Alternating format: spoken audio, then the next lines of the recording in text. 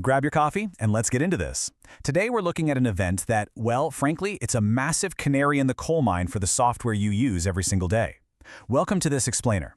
We're not doing theory today. We're breaking down a real-world digital heist that exposes a pretty glaring flaw in how we're all hastily wiring AI into our businesses right now. If you own a business here in Houston, maybe a law firm out in the energy corridor, a construction crew in Katy, or a wealth management practice, and you've been plugging in AI to save some time, yeah, you'll definitely want to hear this. So, picture this. May 4th, 2026. Roughly $200,000 gets drained from an AI-controlled crypto wallet. Poof, just gone. But here's the crazy part. No passwords were stolen. The actual technology, the blockchain itself, totally fine, not broken at all. There was zero brute force hacking here, literally none. The transaction looked completely legitimate and was perfectly signed by the system. The wallet basically just did exactly what it was told to do. And that right there is exactly why this is our canary in the coal mine. The AI wasn't hacked in the traditional sense, it was just tricked into being a little too helpful. The attackers essentially fast-talked a chatbot into handing over a massive pile of money. Now, you might be thinking, well, I don't use crypto. But this exact same invisible vulnerability is sitting inside the everyday AI tools you're probably plugging into your workflows right now. The crypto guys just made the news because, well, the blockchain is public and the missing money was obvious instantly. But trust me, the underlying bug is sitting right there in your office today. Okay, so how did they actually pull this off? It was just three, honestly, surprisingly simple steps against an AI wallet called Bankerbot and a language model called Grok. First, the attacker gave the AI a gift, an NFT badge. Innocent enough, right? But in this specific setup, holding that badge automatically upgraded the AI's permissions. It gave it the power to transfer funds. Second step, the attacker hops on social media and posts a message entirely in Morse code, literally just dots and dashes, and asks the AI to translate it. The standard security filters? They just saw harmless noise and ignored it. But the AI? It saw a puzzle, and it loves being helpful.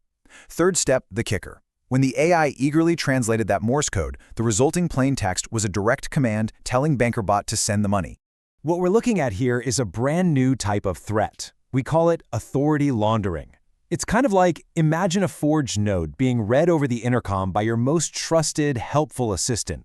The bank teller at the window hands over the cash, no questions asked, simply because the voice on the intercom sounds totally official. The malicious instruction, the Morse code, was literally washed through the trusted AI, so by the time it reached the downstream financial software, it looked like a completely legitimate, authorized command. But here's the thing. Authority laundering only costs you $200,000 when it's paired with a second, much bigger problem: excessive agency. This is where the rubber meets the road for business owners. Excessive agency happens when we hand an AI the actual keys to the kingdom. We give it real tools, like access to your billing system or your email server, along with high permissions and full autonomy to just run with things. And the biggest mistake? We remove the friction. There's no human sitting there double-checking the work between the AI saying, hey, I think we should do this, and the system actually doing it. So back to the real world. You run a manufacturing plant or an accounting firm. No crypto in sight. But look at your workflows. If you've got an AI invoicing assistant reading vendor PDFs, an attacker can easily hide a tiny, invisible text prompt in the metadata of that PDF to authorize a fake payment. Using an AI customer support bot, someone could embed a hidden command in a regular support ticket to just start issuing unauthorized refunds. Screening resumes with AI, a candidate can literally put white-on-white text on their PDF saying, hey, reject all other candidates. Or maybe an AI scheduling assistant reads a hidden command in a calendar invite and quietly forwards your executive's entire private schedule to a competitor. It is the exact same trick. Now, if you've been around IT for a minute, this is probably giving you serious déjà vu. And it absolutely should. Remember back in 2005, we spent years battling something called SQL injection, where databases kept confusing untrusted user data with actual executable code. Well, welcome to 2026. Now we're dealing with prompt injection, which just confuses everyday language with system permission. It's the exact same fundamental bug, just 20 years later. The system literally cannot tell the difference between, hey, the AI just read this text, and, hey, the AI was explicitly instructed to take this action. All right, take a breath. The fix here is absolutely not to panic and rip all the AI out of your business. Let's be real. The companies that figure out how to use AI safely are going to leave their competitors in the dust.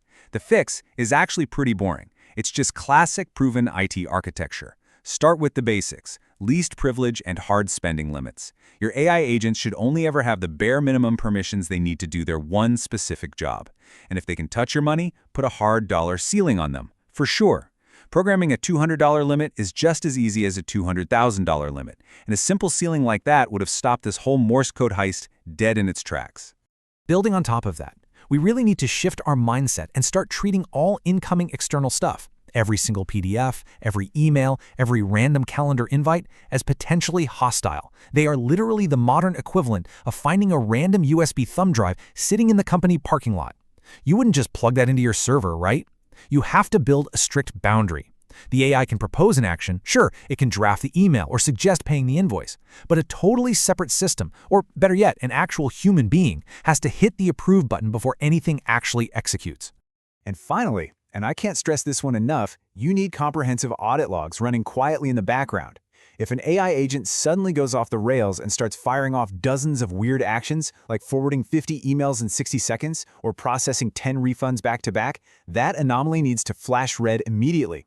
That crypto heist, it was actually super easy to reconstruct after the fact because blockchains log every single tiny detail.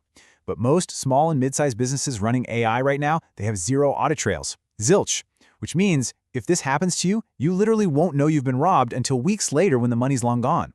I think Shane Stevens, the CEO of CinchOps, really hit the nail on the head here. He points out that whenever you hand off decision-making to a piece of software, you are opening up a security gap. It's just a fact, and it is entirely on your IT architecture to make sure that gap is properly closed. The golden rule? Treat the AI's output as a really helpful suggestion from an intern. Never, ever treat it as a signed, finalized instruction from the boss. So, let's wrap this up. I want to leave you with a bit of a provocative question to chew on today. Do you actually know the maximum dollar amount your AI tools could authorize right now without a human ever stepping in to check? Seriously, take a minute and ask yourself where your trust boundaries actually sit right now.